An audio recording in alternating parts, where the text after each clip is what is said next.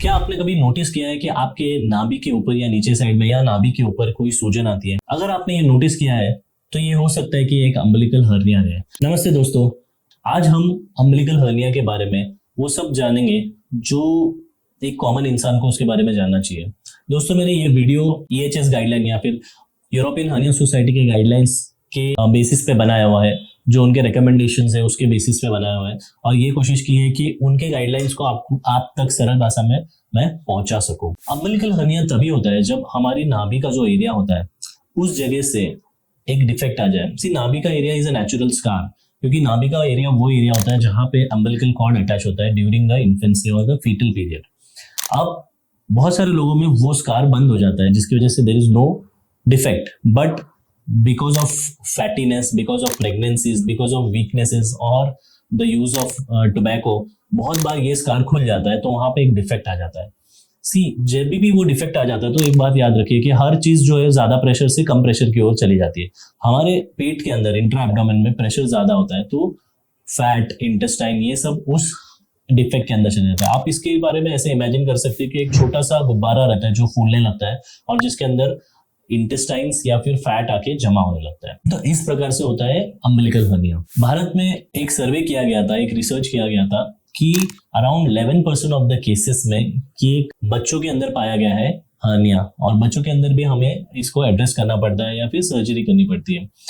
But adult के अंदर जब ये होता है तो either it can be because of the retained umbilical defect और it can be a new one.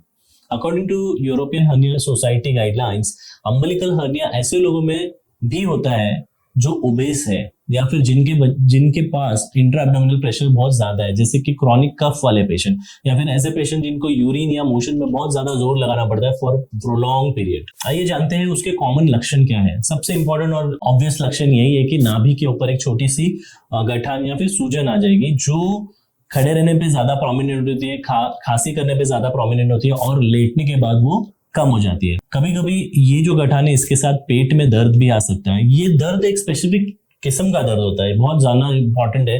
ये दर्द एक ड्रैगिंग काइंड ऑफ पेन रहता है जो कि शाम के समय ज्यादा होता है या फिर अगर आपने कोई वजन उठाया उसके बाद ये ज्यादा हो जाता है।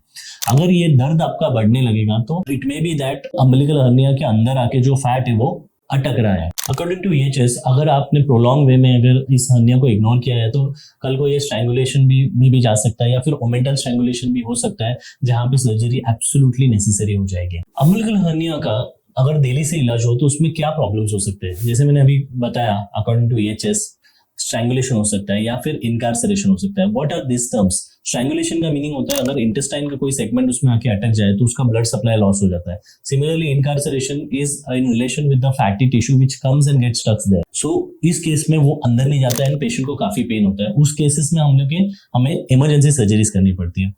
एक्सपर्ट सर्जन उसको मिनिमल एक्सेस से भी कर सकते हैं, बट बहुत बार हमें ओपन सर्जरी करनी पड़ती है।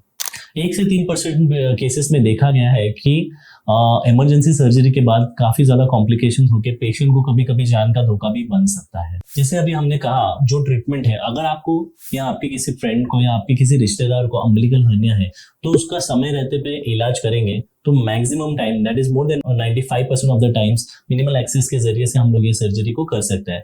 मिनिमल एक्सेस में हम लोग बहुत ही छोटे छोटे होल्स के जरिए से सर्जरी करते हैं और इसके अंदर हम लोग इस्तेमाल करते हैं एक मैश का। मैश एक इनर्ट मटेरियल से बनती है जो काम करता है स्ट्रक्चरल फ्रेमवर्क देने का और उसके अंदर हमारे ही टिश्यूज उसको बिल्ड करते हैं। सो जिसकी वजह से हर्निया का जो डिफेक्ट है वो क्लोज हो जाता है एंड फिर से आपको हर्निया नहीं होता। EHS गाइडलाइन में ये भी कहा गया है कि अगर आपको अम्बिलिकल हर्निया का इलाज समय पे ना किया जाए तो ओवरऑल हेल्थ को भी अफेक्ट कर सकता है, रिकवरी का टाइम बढ़ा सकता है, जल्दी से जल्दी आप अपने डेली वर्क्स पे नहीं जा सकते हो। अगर आपको या आपके किसी जान पहचान वाले को ये लक्षण नजर आए तो भी आप देर मत कीजिए, आप अपने डॉक्टर को या फिर आपके सर्जन को आप मिलिए और उनसे जानने की कोशिश कीजिए कि क्या ऑप्शंस है आपके लिए।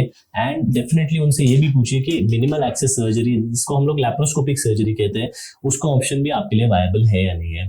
इस वीडियो के जरिए मैं अम्बिलिकल हर्निया के ऊपर आपको एक अवेयरनेस क्रिएट करना चाहता हूँ ताकि आगे चल के ऐसा ना हो कि आपके पास ये वीडियो था और आप इमरजेंसी में लैंड हुए and you have to undergo emergency surgery. So please make sure that you share this video with people you love so that none of them will undergo any kind of emergency because of umbilical hernia.